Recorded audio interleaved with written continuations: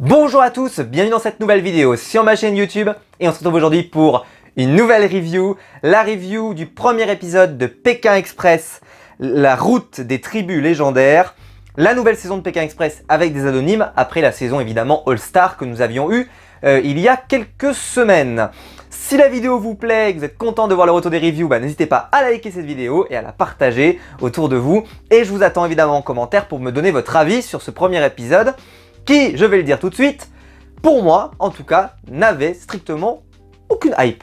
Aucune. Ah, la saison est arrivée beaucoup trop tôt. On est début janvier, la saison pour moi précédente s'est terminée il y a quelques semaines.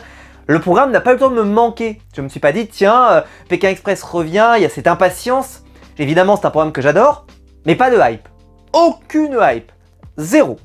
Donc le risque, c'était que ce démarrage n'arrive malheureusement pas à me convaincre. Parce que je n'étais pas très enthousiaste. Je l'ai partagé hier sur mon onglet communauté, c'est pour ça que je vous encourage à vous abonner. Je vais spoiler tout de suite, j'ai adoré cet épisode. J'ai même envie de dire, attention c'est présomptueux ce que je vais dire, j'ai l'impression que la production m'a écouté et m'écoute parce que c'est un épisode pour moi. Ah non mais alors là, c'est un épisode pour moi. On a eu un trek, on a eu le drapeau noir sorti dès le premier épisode. Ils écoutent, ils sont abonnés à la chaîne, c'est obligatoire. Il y a des gens qui sont abonnés à cette chaîne YouTube et qui probablement m'ont écouté. C'est bien de sortir les drapeaux pas trop tard dans le jeu, quand il y a plein d'équipes. Et ça c'est vu d'ailleurs. Bref, et alors en plus, un casting très réussi. Superbe casting. Ouh là là là là là, j'ai adoré ce casting, je l'ai trouvé parfait. Parfait, de A à Z. Je pense qu'il n'y a pas de fausses notes, il n'y a pas de trucs... Certainement, ils ne seront pas tous exceptionnels. Il y en a qui partiront, etc. certes. Mais je trouve que le casting est très bon. Et puis en plus, je l'ai dit, le contenu de cet épisode. Un trek, drapeau noir, des épreuves, un duel final plutôt sympa, qui n'a pas surclassé, mais c'est pas grave, honnêtement, jusqu'à là, j'étais déjà tellement satisfait. Même le passage chez l'habitant, des fois, au premier épisode, il n'est pas toujours iconique. Et là, il y a eu plein de séquences mémorables. Des binômes attachants. Franchement, mais un retour en très grande forme. Pour info, ils ont frôlé les 2 millions de téléspectateurs. Ils ont fait 1,9 million des brouettes. Ce qui est assez proche des scores qu'ils faisaient, on va dire, sur la saison normale précédente. En sachant que là, par exemple, sur le All Star où ils avaient passé le samedi, ils étaient seulement à 1,3 million, 1,2 million, 1,1 million, donc c'était vraiment pas bon. Donc c'est un retour qui est plutôt positif pour la chaîne et qui clairement relance la marque de bonne facture. Et en plus de ce que j'ai vu sur internet, les retours ont été hyper positifs. Parce que vous savez que ça compte énormément. Si jamais vous avez une bonne audience, mais que c'est juste les gens qui sont curieux et qui viennent voir et qu'en fait c'est nul, ils reviennent pas. Mais là, je pense que sincèrement, les gens qui étaient là, qui ont passé leur jeudi soir devant Pékin Express, ont plutôt kiffé. Question que je me pose, peut-être que les amateurs de sport pourront me répondre, est-ce que cette année la saison sera à nouveau charcutée? Je n'en sais rien, déjà espérons qu'ils vont arrêter de nous chambouler notre emploi du temps et de les changer de jour. J'espère que là ils vont s'y tenir, c'est-à-dire que l'émission a commencé un jeudi, elle se termine un jeudi, on peut espérer, mais je sais qu'il y a la Ligue Europa, etc. Donc est-ce que ça va avoir un impact ou pas? Voilà, on verra peut-être au fur et à mesure. Je n'en sais rien, je ne suis pas assez, cette question, pardon. Même si ce serait bien en tout cas d'essayer de se tenir à la journée et pas d'un coup déplacer le programme qui finit un samedi, puis un vendredi, puis un machin. Enfin, franchement, c'est bien quand on commence à avoir une habitude, c'est quand même bien de la garder. Bon, on va rentrer maintenant dans le dur, on va rentrer dans la review. Comme je vous l'ai dit, j'ai adoré cette saison et déjà, juste le parcours. Parlons du parcours. Donc c'est la 20e saison, donc une saison anniversaire, où ils retournent donc ils vont en Afrique. Alors on aura 4 pays, la Tanzanie, le Mozambique, le Lesotho et on terminera en Afrique du Sud. Franchement, déjà moi l'itinéraire, je le trouve super. C'est un itinéraire complètement dépaysant, génial, avec des paysages incroyables, avec des gens... Alors c'est sûr, il va y avoir des chocs des cultures, mais pas dans le sens qu'on l'imagine, c'est dans le sens de... On risque d'aller dans des pays quand même, quand vous voyez les 3 premiers, qui sont quand même particulièrement touchés par la pauvreté. Donc forcément, ça va être compliqué, ça va amener des situations qui sont difficiles et on en a vu dès le premier épisode. C'est vrai que franchement, quand tu démarres dans un pays dans lequel je pense que le niveau de vie est hyper faible, on va même parler juste de question de est-ce que ces gens ont de quoi se nourrir? On en est là quoi. 2025, 2025, c'est terrible. Bref, Et en plus, on va relancer la règle donc du passager mystère, qui viendra à partir de la semaine prochaine. Une star d'M6 ou une star tout court va venir accompagner les candidats lors d'un épisode. C'est un concept qui avait déjà été fait, qui pour moi pas été forcément le truc mémorable et le truc génial. Donc on verra. Je pense qu'il y aura des bonnes pioches et il y aura des mauvaises pioches dans les célébrités. Voilà, j'ai vu la liste, il y a des choses sympas, du Yohan Ryu, du Lady Gossuin, ça peut être cool. Je pense que Glenn Viel, ça sera peut-être sympa, on verra. Il y en a peut-être d'autres, ça sera peut-être moins sympa. Je pense qu'il faut se laisser, en tout cas, voilà, faut voir sur le terrain. Je pense que ça peut être cool. Donc la saison, comme je l'ai dit, s'appelle La route des tribus légendaires. Et on démarre donc avec la présentation des candidats. Et là, on a eu une présentation extrêmement simple. Parce que vous savez, des fois, certaines années, en fait, on met les candidats dispatchés dans des endroits. Et puis t'as Stéphane qui leur appelle, qui leur met un coup de fil ou je sais pas quoi. Et qui leur donne des instructions pour qu'ils viennent rejoindre Stéphane, par exemple. Là, non. Là, on démarre presque à la classique. C'est-à-dire qu'ils sont tous rangés les uns après les autres devant Stéphane Rothenberg. Donc pas de surprise de ce point de vue-là. Il y a donc évidemment, comme toujours, un binôme d'inconnus. Donc le premier qu'on rencontre, c'est Mohad. Moi qui m'a fait, je le dis tout de suite parce que évidemment le binôme d'inconnus a fait forte impression. Mais Mohad, moi personnellement, je trouve qu'il est sous-coté. Mais sous-coté de ouf, je le trouve hyper bien. Je le trouve bon esprit, je le trouve good vibes. Beaucoup de gens ont parlé de son partenaire, mais je trouve qu'il ne faut pas négliger l'attitude qu'a Mohad depuis le début. Je trouve qu'il est hyper solaire, déterminé, il est motivé, il est pas trop fou, si cette définition a encore du sens aujourd'hui, mais en tout cas, je l'ai trouvé bon esprit, je l'ai trouvé dans l'esprit du programme, j'étais très content de le voir. Et puis, donc, je vois arriver son partenaire, et alors là, évidemment, ça a fait beaucoup parler. Donc, Ludovic qui débarque. Alors, Ludovic, on découvre qu'on c'est une personne qui est assez solitaire, un peu dans son monde d'après ce qu'on voit, avec des lunettes. Mais alors mon pauvre, je sais pas ce qu'il voit, mais je pense qu'il doit voir des trucs incroyables parce que le niveau parce qu'en fait ça lui zoome tellement les yeux que je pense qu'il a un niveau de correction les enfants. Je sais pas ce qu'il voit, hein, mais alors ça doit être quelque chose parce que waouh, on en a vu des fois des lunettes comme ça avec une correction de malade, mais là lui c'est en plus ça lui fait une tête, tu vois, parce qu'on voit vraiment les yeux en énorme, quoi. C'est même pour le téléspectateur, c'est vraiment assez incroyable. Mais il est motivé, il est là. Quand j'ai vu son portrait au tout départ, le mec c'est un gros fan de Pékin. Il rêve de faire Pékin depuis toujours, mais il en a pas le profil. C'est-à-dire que si vous regardez, sportivement ça a pas l'air d'être ouf, il a pas l'air d'être très débrouillard, enfin c'est compliqué. Et donc, moi, quand je l'ai vu arriver, je me suis dit, aïe, attention, que ça nous fasse pas une Étienne, par exemple. C'est-à-dire un mec, tu te dis, ouais, on le sort de sa zone de confort et comme ça, on va se marrer. Oui, sauf qu'en vrai, on se rend vite compte que, au final, il ruine l'aventure de celui avec qui il était. Et vu qu'en plus, j'ai eu une bonne impression sur Mohad, là, tu te retrouves avec quelqu'un comme ça, c'est la merde. Spoiler, ça va pas du tout se confirmer, évidemment. Le binôme va extrêmement bien fonctionner. Et je l'ai toujours dit sur cette chaîne, vous pouvez retrouver toutes les reviews, hein. Les binômes d'inconnus, c'est simple, il n'y a pas d'entre-deux. Il n'y a pas le moyen, ça n'existe pas. C'est soit c'est un super binôme, soit c'est un binôme nul. Et ben là, je pense qu'on a plutôt tiré un binôme sympa, je pense. On verra si ça se confirme les épisodes suivants, évidemment. Alors, donc en tout cas, j'ai eu un super feeling sur ce binôme. Et donc on commence, quand je vous dis que cet épisode a vraiment été fait pour moi, vous le savez si vous connaissez la chaîne, j'adore les treks. Je suis un immense fan des treks, et alors là, commencer par un trek, déjà ça te met dans l'ambiance.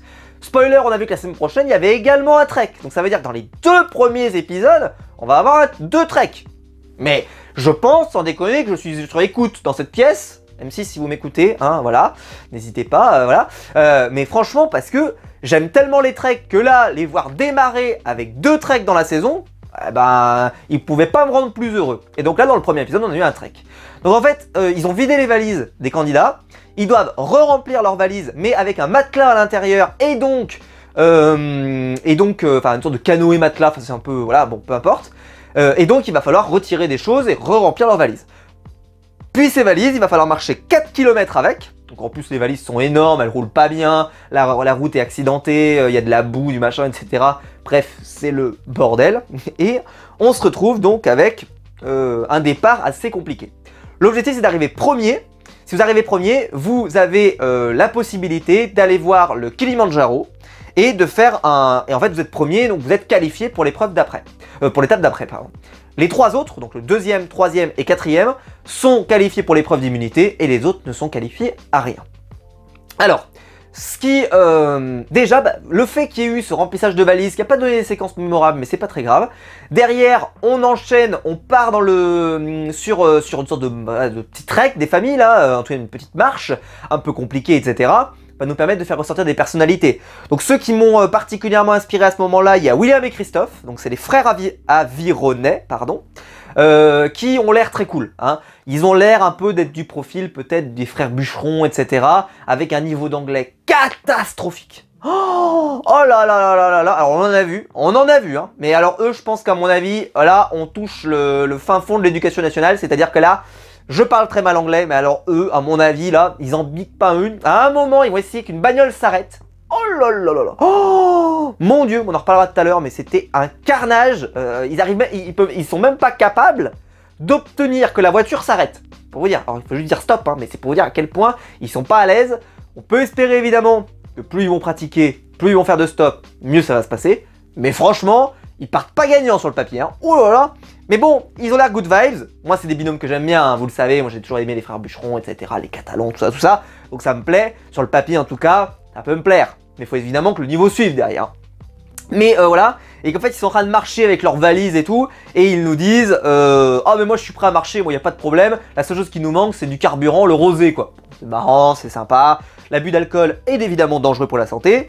Mais voilà. Et puis, Moad va partir donc avec Ludovic, qu'on voyait avec un physique qui promettait pas la chevauchée fantastique, qui promettait pas de faire un marathon. Moad a l'air plutôt en forme, lui. Il a l'air assez athlétique, pas, tu vois, pas une montagne de muscles, mais plutôt dans le sens, tu sais, assez fin, motivé et tout. Il a l'air de s'être bien préparé pour l'occasion. Et au final, grosse surprise. Ludovic et Moad, qui étaient partis en plus un peu en retard, font une énorme remontada. Ils finissent même 2e de la partie du trek. Vraiment, et voir Ludovic en plus dans ce côté vraiment motivé, au début je me suis dit franchement là, il en fait trop. Tu sais, il est comme ça, il fait je vais vite rattraper, etc. Et tu te dis, ça se trouve il va se cramer, il se connaît pas, et il va nous lâcher, et il va nous claquer entre les pattes. Et pas du tout.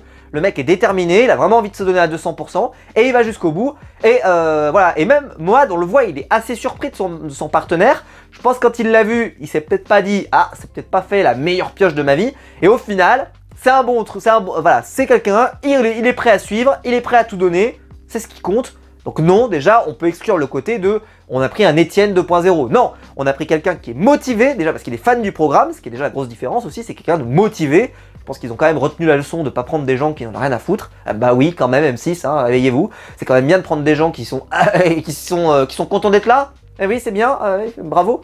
Mais voilà. Et on va avoir ensuite Max et Hélène, qu'on va découvrir, qui est le couple internet de 6 mois. Ouais, ils sont en couple formé par internet depuis seulement 6 mois. Alors moi, je les ai surnommés le couple des suicidaires. Ah, c'est le couple des suicidaires. Parce que déjà, des gens qui sont en couple depuis longtemps, ça se clashait dans tous les sens. Mais alors là, un couple de 6 mois qui s'est rencontré sur internet, etc. et qui décide de faire une aventure aussi exigeante, où c'est le bordel, où ça peut s'injurer dans tous les sens, où ils vont avoir des galères, parce qu'ils n'ont pas eu trop de galères sur le premier épisode, mais ça viendra, hein, faut pas se mentir, ça va venir. Ça peut finir en pugilat le machin. Donc, là franchement, c'est des suicidaires. Il y a même des gens qui ont dit, en fait, eux, c'est comme ceux qui participent à l'île de la tentation, tu sais, genre ils sont en couple depuis 6 mois, ils se disent tiens, je vais faire l'île de la tentation, pour moi, c'est du suicide. Et ben là, c'est à peu près pareil. Bon, on verra, je leur souhaite évidemment le meilleur, on souhaite que ça se passe bien, que leur couple puisse survivre à cette aventure, mais sans déconner, les mecs, vous êtes tarés, partir là après 6 mois de relation, mais vous êtes des malades. D'ailleurs, ça m'a interpellé d'ailleurs, parce qu'ils sont en couple depuis 6 mois, et ça veut dire qu'ils sont inscrits quand? C'est-à-dire ils se sont rencontrés, ils ont fait leur affaire, ils se sont dit, bon, elle est sympathique, hop, on s'inscrit. T'imagines, tu connais la personne depuis à peine de temps, ça veut dire parce que faut bien qu'il remplisse le dossier, qu'il soit casté, qu'il fasse les premiers entretiens, etc. pour arriver à être casté finalement. Ça veut dire que vraiment, ils doivent être en couple depuis pas longtemps, mais vraiment depuis pas longtemps au moment où ils sont inscrits. Bon, bravo. Dites-moi vous dans les commentaires, est-ce que vous verriez vous inscrire comme ça avec une personne avec qui c'est vraiment très très récent? Moi je trouve que c'est suicidaire. C'est mon avis. C'est mon avis. Bref. Et en fait, ils vont démarrer extrêmement fort. Parce qu'ils vont être très bons et ils vont être les premiers à arriver sur le lac. Oui, parce que même après le trek, c'est pas fini. Ils doivent gonfler le matelas et monter sur le matelas pour pouvoir franchir il y avait un lac en fait à franchir, il fallait de l'autre côté de la rive pour pouvoir démarrer le stop. Donc là, on voit elle que Hélène, elle est super motivée, elle patauge un peu des pieds, etc. Bon, la séquence est un peu marrante, mais c'est bien. Les deux sont déterminés, pas de clash pour le moment. Touchons du bois. On verra par la suite. Arrive ensuite Patricia, enfin arrive, en tout cas on découvre Patricia et Adrien. Donc ce sont des amis de 30 ans d'écart. Alors oui, en fait, Adrien, d'après ce qu'on comprend, il était ami avec le fils de Patricia, d'après ce qu'on a pu comprendre. Et donc au final, il a développé une amitié avec la maman de Stifler. Si vous avez la ref, vous êtes de ma génération, la maman de Stifler, tout ça, tout ça. Ça, c'est des refs obscurs, je sais, c'est des refs obscurs. Mais je sais, mais c'est ma génération, c'est comme ça. C'est comme ça, c'est comme ça, on a les refs qu'on mérite. Ah, on a les refs qu'on mérite. Et ben, voilà, il rien de graveleux dans ce que je... dans leur truc. Je le dis quand même. Et alors là, Patricia et Adrien. Patricia et Adrien. Patricia, elle traite Adrien de feignasse. Elle, je pense qu'elle a prononcé le mot feignasse peut-être 8 fois en 3 minutes. Vraiment, mais ça a été bam, dans le portrait, bam, bam, ensuite sur la route, bam, bam. Ah non, mais feignasse. Ah voilà. En fait, elle doit penser que c'est une conjonction de coordination, c'est genre, mais où est donc Ornicard, feignasse. Ah ok, incroyable. Bon bref, c'était marrant. Le mec ne le prend pas mal. Bon, pour lui, mais je vous le dis, je pense que pour lui c'est une conjonction de coordination. C'est genre, c'est un adverbe de liaison le machin. Il le met comme ça dans une phrase, hop. Une virgule, un point virgule le truc. Feignasse. Ah, très bien, merci. Bon, bref, ok. Mais c'était marrant. Et donc, bon, bah, factuellement, en tout cas, ça les fait avancer. Parce que, bon, elle le traite de feignasse, mais en tout cas, ils avancent. Est-ce que c'est motivant? La bienveillance de l'éducation nationale, direct non. Pékin Express a l'air de sous-entendre que oui. Donc, on verra. On arrive ensuite à Lionel et Eva qui ont un début de parcours très compliqué. Ils sont derniers. Et, ils ont eu du mal à faire la valise et en plus sur le trek ils sont complètement décrochés. Ils sont à la rue. Ils en ont conscience, etc. Et on découvre donc à ce moment-là que donc c'est un duo père-fille, pardon. Et on découvre que Lionel donc il y a quelques mois avait un cancer qu'il a toujours, parce que d'après ce que j'ai compris, il est en rémission, mais je rappelle que rémission, ça ne veut pas dire que le cancer a disparu, ça veut juste dire qu'il est quand même sous le soin de la guérison, mais d'après ce que je comprenais, c'était pas si clair que ça, donc bon, en tout cas, il est vraiment déterminé, Lionel. Je les ai trouvés extrêmement touchants, voilà, Lionel et Eva. Donc c'est, pour information, leur surnom, c'est le père et fille franc-comtois. Moi, ils m'ont beaucoup touché, évidemment. Évidemment, parce que je suis touché par cette maladie plus que par d'autres choses. C'est mon histoire, mon parcours qui fait que c'est le cas.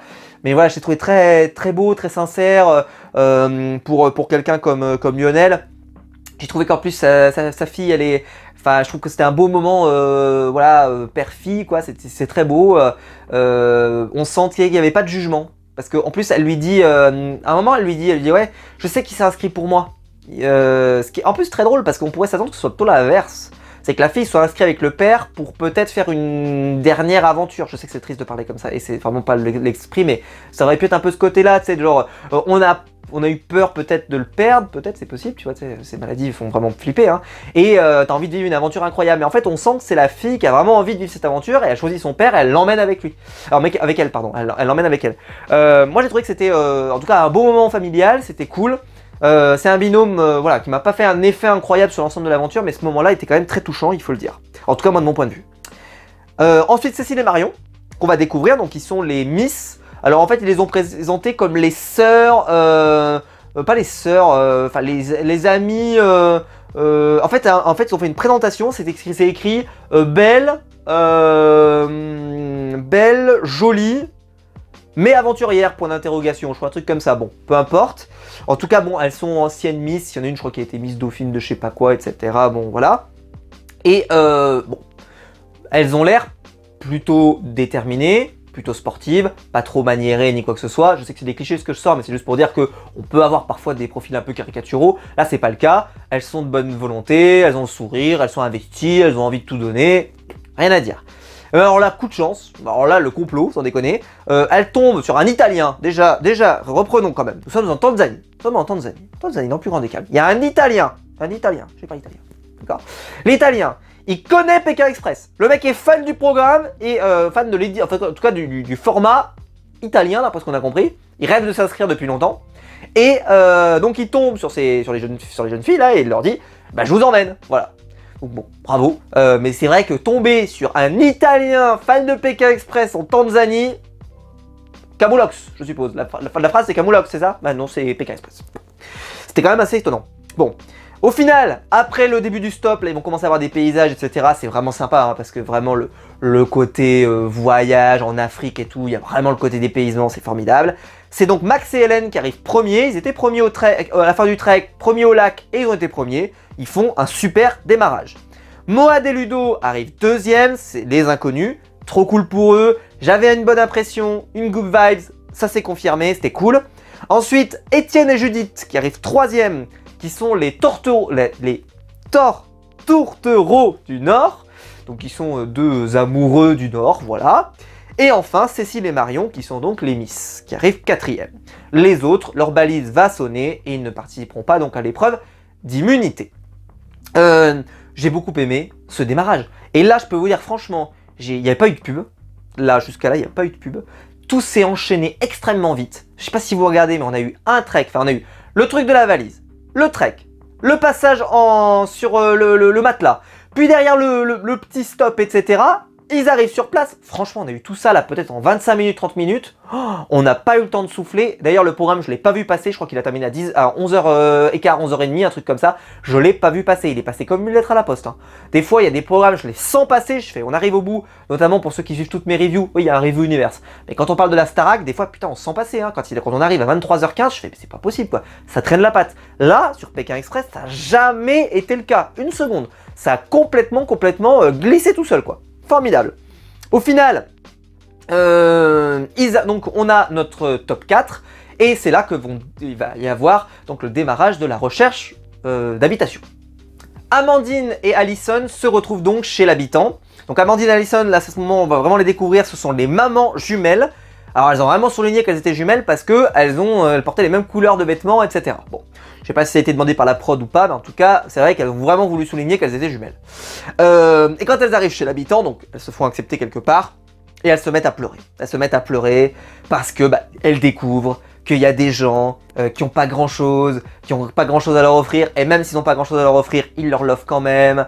Alors moi, honnêtement, beaucoup de gens se sont moqués. Parce que c'est vrai qu'elles ont enchaîné la liste de tous les poncifs qu'on a entendus sur Pékin Express. C'est-à-dire, ah mais ils sont heureux comme ça, franchement ils savent, la simplicité c'est vrai que ça nous fait du bien, ça nous reconnecte avec le monde simple, nous on se rend compte qu'en fait on n'a pas de raison de se plaindre, la générosité quand on n'a rien c'est incroyable, etc.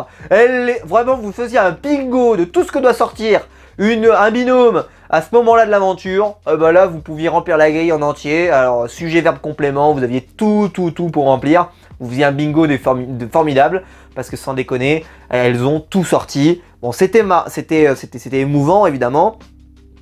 Et là, alors j'espère que je l'ai mal compris parce que l'année dernière, je me souviens. Pour le dandy avec le père et la fille, vous vous souvenez, il y avait eu un peu ce petit embroglio où un jour ils avaient demandé un logement et en fait on comprenait plus ou moins qu'en fait ils étaient en train de les virer de leur lit en fait. Et là, je sais pas si vous l'avez compris, mais en tout cas ils ont l'air d'expliquer qu'ils n'ont pas de lit et qu'ils vont leur laisser leur lit. Alors l'image ne permet pas de voir ensuite la suite. Mais ils viennent, donc Amandine et Alison, et ce n'est pas une critique pour Amandine et Alison, mais est-ce qu'elles auraient, je dis inconditionnel, mais je l'ai compris comme ça, et je l'ai partagé sur Twitter, et je n'ai pas le seul à le comprendre comme ça, est-ce qu'elles ont viré de leur lit ces gens, pour eux dormir dans le lit, et eux ils ont dormi par terre? Si c'est ça... Donc j'espère que je me suis trompé, mais je l'ai vraiment compris comme ça. Hein. Donc bon, voilà, quand même un peu étonnant quand même. Bon, au final, donc évidemment on avait tout, hein, qui sont trop généreux, trop gentils. Ce qui me plaît, c'est leur simplicité. Enfin vraiment, on a eu l'enchaînement.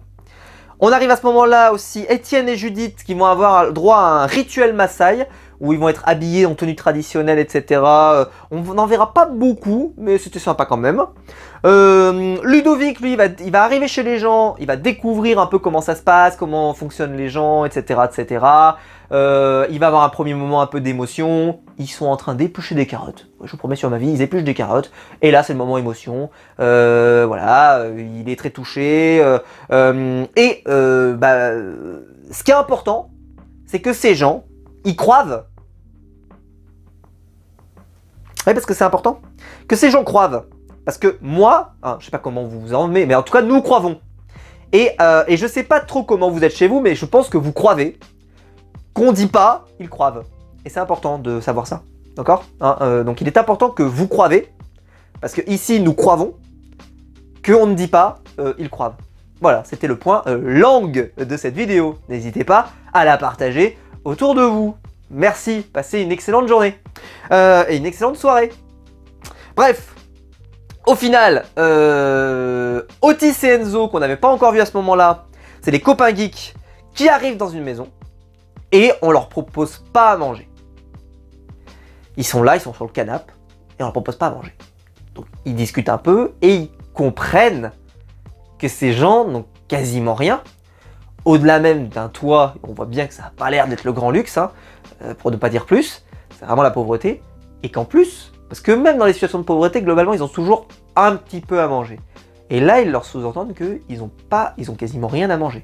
D'ailleurs, ils vont se mettre à manger. Je ne sais pas si vous avez fait gaffe, mais c'est pareil. Ils vont manger. Et le mec va les regarder. Alors, il va dire, mangez tant que c'est chaud.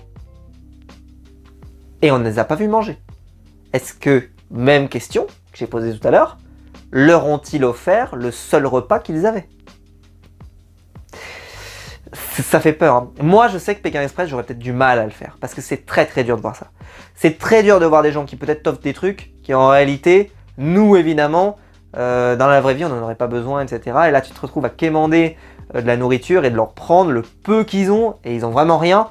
Et donc, ils ont été extrêmement mal à l'aise. Moi, je les ai trouvés très touchants tous les deux.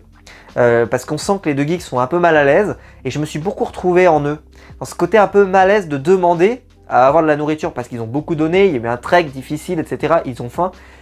Mais ils osent pas trop demander. Et j'ai trouvé qu'en fait, je me reconnaissais beaucoup là-dedans parce que je me dis, franchement, si j'avais été à leur place, j'aurais agi plus ou moins de la même manière, peut-être. Dans l'idée de, j'ai pas envie d'abuser. En même temps, on a faim. Est-ce qu'on demande? Mais on voit bien qu'il n'y a pas grand-chose. C'était, vraiment la séquence était, donc il va lui amener un plat de bananes avec je crois un peu de riz et il y avait un peu de viande d'après ce que j'ai entendu, donc quand on sait que parfois ça peut être très rare ou cher, etc. Je sais pas trop comment ça s'est passé, mais en tout cas c'était intéressant. Et donc c'est vrai que ça a été une première soirée, et ben le dépaysement a été total. En tout cas le choc face à la pauvreté, face aux gens qui n'ont rien, etc.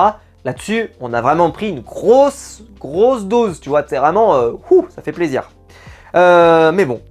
Et à ce moment-là, ils vont aller tous s'endormir. Et on va se réveiller le lendemain matin pour préparer l'épreuve d'immunité.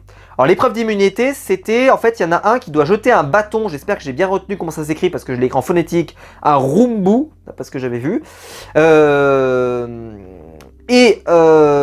En fait, en gros, c'est pour information, c'est une épreuve de Koh-Lanta. En fait, hein. Ils prennent un bâton comme ça, ils le jettent et ils cassent un symbole, une plaquette, etc., etc. C'est vraiment une épreuve de Koh-Lanta. Si vous connaissez les épisodes de l'épreuve de Koh-Lanta avec Claude et Théoura, etc. Vraiment, voilà, il y en a eu des classiques comme ça où Claude notamment avait cassé plein de, où c'était un peu un dent pour dent, œil pour œil, dent pour dent. Voilà. Au final, là, ils ont des points. Ils peuvent gagner 1 point, ils peuvent gagner 2 points, ils peuvent même perdre 1 point selon la situation. Et à ce moment-là, avant de partir faire le lancer, l'un des deux doit faire exactement 20 sauts. En fait, ils ont un petit capteur là et ils doivent faire 20 sauts. Exactement. Bon. J'ai trouvé que cette partie était très décevante. Moi, je trouve que dans l'épreuve, ça, c'était nul. Il aurait fallu leur faire autre chose. Je trouve que ça, c'était, pour moi, à chier. Je suis honnête, j'ai trouvé ça nul. Le lancer, après, c'était sympa. En plus, c'était sympa le côté qu'il y ait des 1 point, 2 points et qu'il y ait des -1. C'était sympa. Au final, après la première partie, on va avoir 2 binômes à égalité. C'est les Miss et les Tourtereaux. Le duo Moad et Ludo sont derniers. Ils ont seulement 1 point. Les autres ont 2 points. Ils n'ont pas été ridicules pour autant, mais c'est vrai que Ludo... Alors là, bon, voilà, mais Ludo, quand tu te dis, ils l'ont mis dans un truc de précision et quand tu vois les lunettes qu'il a, tu te dis que j'espère qu'il voit bien. Parce que franchement, sans déconner, waouh, comme je vous l'ai dit, c'est assez impressionnant. Donc au final, on fait un peu une épreuve bonus pour les Miss et les Tourtereaux qui vont s'opposer. Et là, on enlève le côté tout le monde saute et juste ils envoient. Il y a une plaquette et il faut la faire tomber et la casser. Voilà. Et donc c'est au final Étienne et Judith, donc les tourtereaux, qui vont s'imposer et qui sont donc immunisés jusqu'à la fin de l'étape. Et voilà. Au final, il va y avoir Stéphane qui va rassembler toutes les équipes. Et à ce moment-là, il leur annonce l'arrivée du drapeau noir. Donc je rappelle, le drapeau noir, vous le donnez à quelqu'un. Et cette personne, si elle le garde plus de 2 heures, finit automatiquement dernier. Et donc, automatiquement dernier, ça veut dire automatiquement le duel final. On se retrouve avec le binôme, donc Étienne et Judith, qui doivent faire leur choix. Et là, ils vont nous dire à l'écran qu'ils vont le faire au hasard. Il s'avère qu'à l'écran, Mohad et Ludovic vont déclarer, enfin surtout Ludovic d'ailleurs, je connais la mécanique, j'adore le programme, je suis fan du programme, je sais que le binôme d'inconnu, on va le ramasser dans la gueule. Bon. Eux, ils nous disent qu'ils le font au hasard. Il s'avère que le hasard fait que Mohad et Ludovic obtiennent le drapeau noir pour démarrer. Je vais faire un point là-dessus. Je pense, c'est mon avis, que la production nous aurait mis dans le montage si c'était délibéré que les 2 candidats, donc Étienne et Judith, avaient vraiment voulu le donner au binôme d'inconnus. J'ai envie d'être plutôt de bonne foi et de dire que ils ont eu l'air d'essayer. Alors j'ai pas trop compris la mécanique pour pouvoir faire du hasard, mais peu importe. Mais voilà, j'ai pas trouvé que c'était abominable. Je les ai pas trouvés honteux, je les ai pas trouvés. Enfin, je pense que tu vois, je pense qu'ils auraient pu assumer devant l'écran. Peut-être pas forcément devant les candidats. Ça encore, j'ai envie de dire, c'est de leur tambouille interne. Mais nous, vous savez, dans les interviews comme ça, bah, ils auraient très bien pu dire, nous, on prend la décision de donner le drapeau noir à ce candidat, on va faire semblant de faire un tirage, etc. Et en fait, on se trompe. Enfin, et en fait, on organise le fait que ce soit Ludovic et Mohad qui récupèrent le drapeau noir. Bon. Est-ce que vous, ça vous a suffi? Est-ce que vous croyez à cette bonne foi ou pas? Dites-moi ça dans les commentaires, ça m'intéresse beaucoup parce que moi, je les ai pas sentis de mauvaise foi, mais bon, je peux pas vous le justifier, je peux pas vous le prouver. J'ai vraiment l'impression qu'ils ont essayé de faire une sorte de hasard, j'ai pas trop compris les détails, mais voilà. Est-ce que je leur fais un procès pour ça? Pas forcément. Si par contre c'était volontaire, pareil, de toute façon, il faut qu'il y ait quelqu'un. Donc ça doit être aussi injuste que ça doit être. Ils n'ont aucune possibilité de savoir qui était dernier, je rappelle, hein, parce qu'il n'y a que les 3 qui ont été qualifiés qui sont arrivés. Les autres ne sont jamais arrivés au bout, la balise a sonné, donc ils ne sont jamais arrivés au bout. Donc je ne peux pas savoir qui était dernier. Donc je peux même pas essayer de te dire, je vais essayer de faire une sorte de au mérite, ou alors même par affinité, ils ne se connaissent pas assez. Donc en vrai de vrai, c'est compliqué de pouvoir déterminer. Donc moi j'ai pas envie de leur jeter la pierre, mais c'est vrai que Ludovic avait l'air assez remonté. Est-ce qu'il a raison ou pas? Le montage ne nous permet pas de le voir et de le comprendre, donc moi de mon côté j'ai plutôt envie de faire preuve de bonne foi. Je suis pourtant quelqu'un qui est vraiment soupçonneux, mais là j'ai pas eu le sentiment que c'était vraiment délibéré de faire tomber Ludovic et Mohad. Je peux me tromper, mais j'ai pas l'impression. Et là, donc on va partir sur la deuxième partie, donc avec la suite du stop. Donc après ce petit moment complot, hein, la compétition va redémarrer. Donc Ludovic et Mohad ont bien le drapeau noir.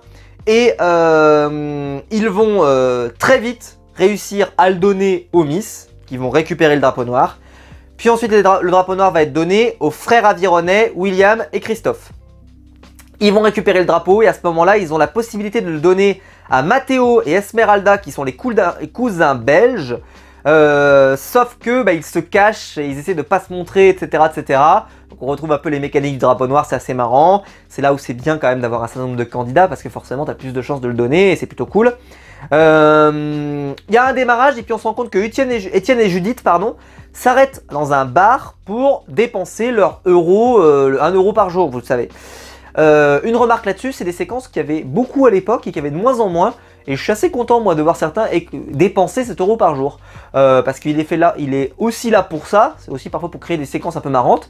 Donc j'étais content de les voir le dépenser parce que à une époque, pour ceux qui ont connu le vieux Pékin Express, en fait l'argent qu'ils économisaient, ils pouvaient s'en servir pour acheter des choses à un moment. Il y avait une sorte d'enchère pour gagner le drapeau rouge par exemple. Ce genre de choses qui n'existent plus aujourd'hui. Aujourd'hui, ils vont chercher le drapeau rouge, souvent ils font un petit stop et ils doivent récupérer le drapeau rouge sur le chemin. Il n'y a plus ce truc. Alors peut-être qu'un jour ça reviendra, mais honnêtement ça n'a plus trop l'air d'être à la mode. Ça fait vraiment très longtemps que j'ai pas revu ça. Je pense même depuis la reprise du programme en fait, c'était vraiment dans l'ancienne mouture. Donc l'euro par jour, il sert plus à grand chose aujourd'hui. D'ailleurs ils en parlent assez peu maintenant. Ils le disent à peine, l'euro par jour. Avant je me souviens Stéphane, il disait bien 1 euro par jour, ça représente tant de roupies, de francs, de ce que vous voulez, etc. Voilà, il le disait bien. Là, honnêtement, il en fait vraiment assez peu référence. Donc bon, c'est toujours sympa de voir ce genre de séquence. En tout cas, je trouve que c'est une possibilité qui est donnée. Au final, Patricia et Adrien récupèrent le drapeau pour le donner ensuite à Otis et Enzo. Donc qui est le binôme des geeks. Donc j'étais assez déçu pour eux, mais bon, c'est comme ça. Au final, celle qui arrive première, un peu à ma surprise, mais bon, pourquoi pas, c'est Amandine et Allison, donc les mamans jumelles. Elles gagnent l'épreuve, donc elles gagnent l'étape, pardon, donc elles gagnent l'amulette représentant la victoire. Ceux qui arrivent juste derrière et qui sont encore une nouvelle fois bien placés, c'est Ludovic et Mohad qui sont deuxièmes.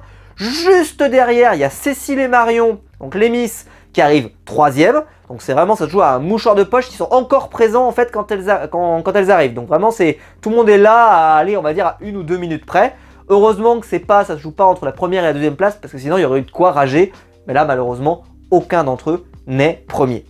Là, il continue à y avoir du stop. On commence à parler de certains candidats qui finissent par arriver. Et on se rend compte donc, que Otis et Enzo ont le drapeau noir depuis à peu près 1h45 de mémoire, 1h50. Et on voit 1h52, 1h53. Et s'ils n'ont pas réussi à le donner d'ici 2 heures, donc d'ici 7 minutes, eh bien le drapeau noir est définitivement pour eux. Et là, ils croisent Matteo et Esmeralda sur le chemin, qui récupèrent le drapeau noir juste au dernier moment. Et donc, ils sont condamnés parce que vraiment, ils sont derniers. Et ils sont derniers en plus. Donc, ils arrivent avec le drapeau noir et c'est une catastrophe. Finalement, on annonce donc que Otis et Enzo que Matteo et Esmeralda, pardon, excusez-moi, ont récupéré le drapeau noir, doivent donc choisir leur adversaire pour le duel final. Et là, ils n'ont pas essayé de faire par le hasard. Ils disent bien, nous, on pourrait pas le faire par affinité, mais on se connaît pas assez. Donc on va prendre ceux qui nous ont donné le drapeau noir. C'est aussi injuste que ça peut l'être, mais on voit que Otis et Enzo ne sont pas surpris. Ils s'y attendent eux-mêmes d'être choisis. On pouvait s'attendre que ce soit le binôme d'inconnus, si c'était vraiment de l'acharnement, le fameux complot, le complot de tout à l'heure. Au final, non, là ils choisissent vraiment ceux qui leur ont donné le drapeau noir, qui était probablement juste avant-dernier. J'ai trouvé ça assez logique par rapport à la situation. Et donc on se retrouve avec, au final, donc Matteo, qui va affronter Enzo. C'est une épreuve qui va demander à faire avancer, pardon, je suis désolé, je tousse un peu, une épreuve autour du café. Donc c'est une énigme, il y a une énigme à résoudre, avec un labyrinthe, puis un grain de café à faire avancer au souffle sur ce labyrinthe. Et si vous êtes arrivé au bout et que c'était bien le bon chemin du labyrinthe, et bien dans ce cas-là, vous pouvez partir. Le duel final, c'est très simple, hein, vous partez, vous faites un stop, vous faites l'épreuve et vous revenez. Donc c'est très court, c'est très intense, c'est toujours une mécanique super intéressante. Au final, Matteo donc, va partir premier, il va arriver sur place, il va réussir l'épreuve au deuxième coup parce qu'en fait le truc était un peu piégeux, en fait à la fin ils avaient mis une barrière, etc. Enfin franchement c'était bien foutu, on pouvait croire que le labyrinthe était facile, en fait non il l'était pas parce qu'il fallait être attentif. Et au final donc Matteo arrive à sortir tout de suite, enfin sortir le premier, Enzo sort juste après. Quand Enzo sort, Matteo est encore sur place, il monte juste dans la voiture et Enzo donc choisit de monter dans un tuk-tuk qui va pas très vite pour rattraper son retard. Et ce qui va être utilisé pour faire monter le suspense, parce que je trouve qu'il n'y en a pas énormément, parce qu'on comprend bien que Enzo a pas l'air d'avancer vite, et que Matteo, lui, avait choisi une bonne voiture et il est parti premier, qu'à un moment, en fait, la voiture va s'arrêter. Elle va le déposer sur le bas-côté, et donc on se dit, tiens, peut-être que son adversaire va le rattraper, on nous sous-entend qu'ils sont très proches, peut-être à moins d'1 minute d'écart, etc. Enfin, vraiment, on essaye de créer du suspense. J'ai le sentiment, en tout cas c'est de mon point de vue, que le suspense n'a pas super bien pris. Je ne voyais pas Enzo faire une remontada. Je sais pas pourquoi j'y ai pas cru, alors me demandez pas, je pense que vraiment, dites-moi dans les commentaires, vous est-ce que vous avez cru qu'Enzo était capable de faire sa remontada. Mais j'ai eu le sentiment en tout cas que Matteo, parce que Matteo en plus a eu des galères, hein. Il est déposé, ensuite le mec lui dit qu'il sait pas où c'est, etc. Enfin franchement, on essaye vraiment de créer du suspense, mais je sais pas. Je trouvais que ça en faisait un peu des caisses pour faire un faux suspense. Et il en faisait tellement que ça n'a pas tellement pris sur moi. Et au final, Matteo s'impose bien et donc se qualifie pour l'étape suivante. On arrive donc avec Enzo et Otis qui se retrouvent l'un à côté de l'autre pour ouvrir l'enveloppe éliminatoire ou non éliminatoire. Ils ouvrent l'enveloppe et à ma grande surprise, puisqu'il y a quand même 10 binômes, je me disais c'est énorme. Il y aura peut-être 0 épreuve non éliminatoire. Et bien sachez-le, la première étape était non éliminatoire. c'est vrai que ça risque de faire une saison qui est quand même relativement longue. On risque d'avoir plus d'épisodes que d'habitude. C'est un vrai risque, après il y a 4 pays à traverser, etc. Donc certes, mais c'est un vrai risque pour M6 parce que l'audience de la dernière saison n'a pas été terrible. Donc attention, ça aurait pu être un peu casse-gueule. Au final, le programme est bien reparti avec les anonymes. À un meilleure date aussi, on leur a pas dit, mais le samedi c'était pas une bonne date, le jeudi c'est quand même mieux. Les gens ont plus leurs habitudes de regarder Pékin Express ce soir-là, même s'il y a le replay, je le sais. Mais en tout cas, c'était plutôt cool et donc on leur annonce que la semaine prochaine c'est eux qui bénéficieront ou qui vont en pâtir du passager mystère et qui sera Yohan Ryu. On l'a vu la semaine prochaine.